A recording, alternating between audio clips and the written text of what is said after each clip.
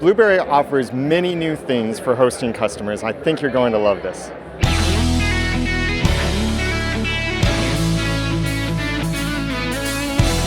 From Podcast Movement 2022, I'm Daniel J. Lewis from the audacitytopodcast.com, here with Todd Cochran, CEO of Raw Voice and Blubrry. Todd, tell me what is new with Blubrry. Oh, we've been busy leading up to the show. We really announced 4 things over 4 weeks leading to the show. Number one, we released a media kit for all podcasters. It's part of our initiative where content creators on Blubrry can have their listeners fill out an audience survey.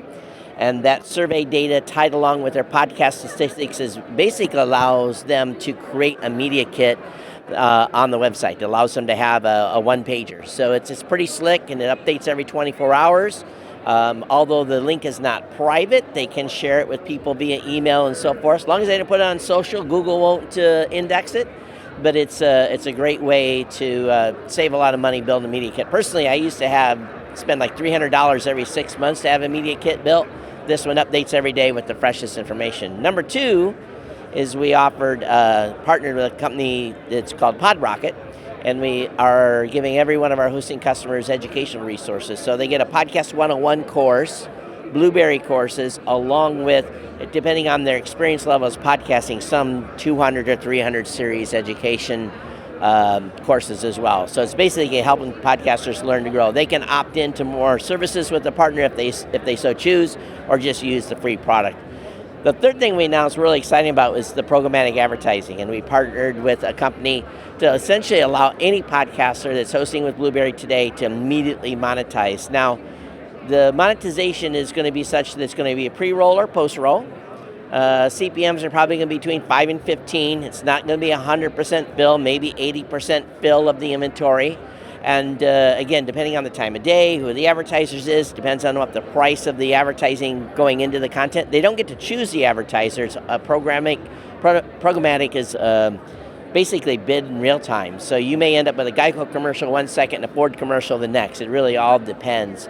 But any podcaster hosting on Blubrry using PowerPress or the dashboard can turn that on today immediately. And then what we're really proud of is our latest announcement was closed caption support in audio players. So, accessibility has been a big thing at Blubrry for many, many years. We've always been vision impaired, accessible, JAWS capable, so someone that needs to be able to navigate the website or PowerPress, whatever it may be, can do so.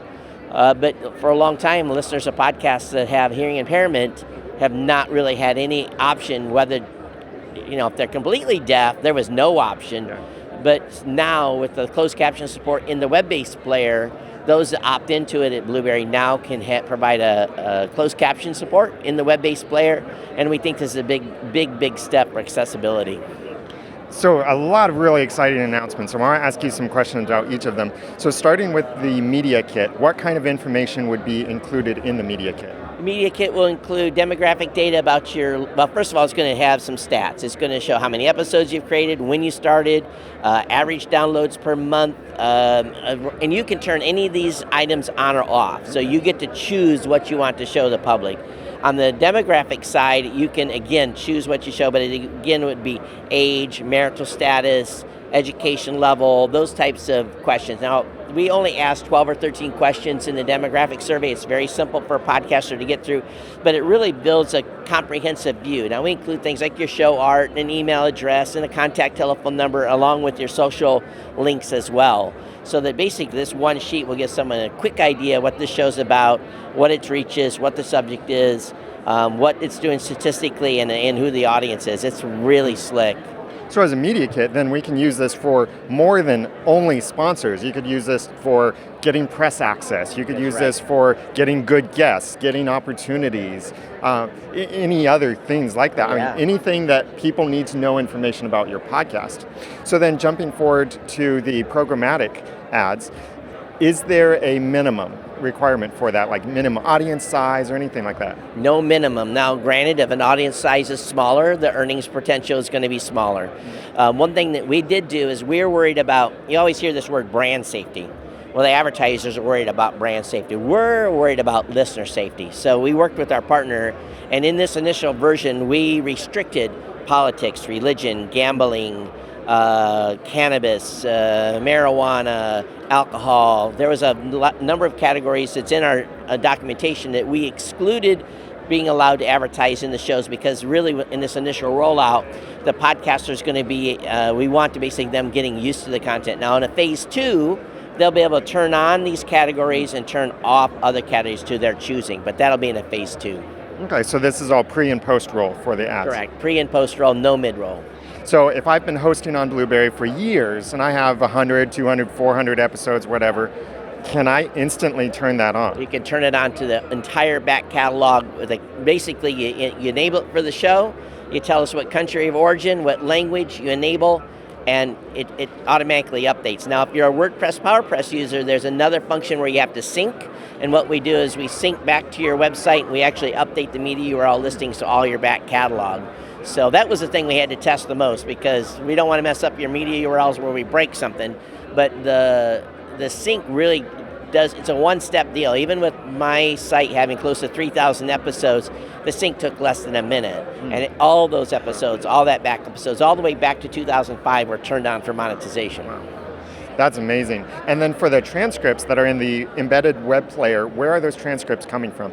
So there's 2 options. You can bring your own, an SRT or a VTT file. If you're hosting with us, you basically, at the same time you're uploading your media file, you upload your transcript, and when you hit publish, the transcript will automatically show up in the new player. What happens if you don't have a transcript already is we partnered with Rev, and for the first 15 days or so of the offering, it's going to be free. But after that, it'll be $10 a month, and you'll get the equivalent of how much storage you have. So if you have a 400 meg storage plan, you get 400 minutes of conversion. And what will happen is, as soon as you hit publish of your show with no transcript, we're going to write a dummy file into the Podcast 2.0 transcript tag that says transcript coming in 2 to 3 minutes. And then we're going to ship your media file off the Rev. They're going to do the transcription, send us back the transcript, and we'll overwrite that file so that we only have to update your RSS feed one time. Wow. So basically, it'll be there, and then listeners that want to use the closed caption will be able to play it. Our player, one thing that we found is because this is a iframe, is that each podcaster will be able to adjust the height they want for the drawer that opens up.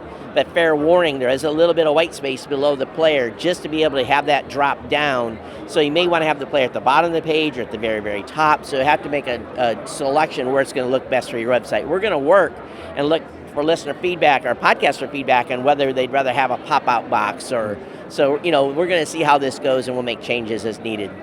And what I really like about this is that transcripts aren't just so people can read the podcast, but so they can follow along. And sometimes it helps with either understanding or retention to, you've probably had those podcast episodes where you're thinking, wait, what did they say? Let me rewind that. I still can't quite get it, but you could look at the transcript while it's there on the website playing in line. So it's not just this big block of text. That's right, and it's following along. There's a yellow highlighter that's following the text.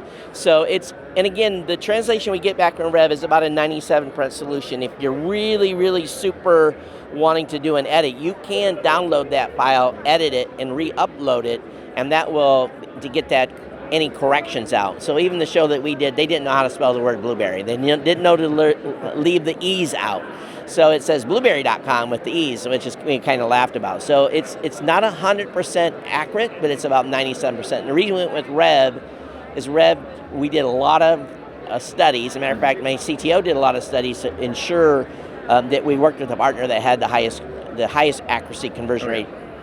Yeah, and Rev is fantastic. I've used them many times, both their manual service and their automated, and I've always gotten really good results from them. Yeah, some tweaking, but I love that you offer that. And this is all Podcasting 2.0 compliant too, so it's really exciting. It's future focused. It's accessible for whatever your audience is, whatever their needs are, their desires are, and it presents all of these new opportunities, and I love what you're doing with that. Not everyone hearing impaired, some people follow along on transcripts just for, or for closed caption, just for more, I guess for a better word, I think we've all done it. We've had like Netflix or something running where the closed caption's been running.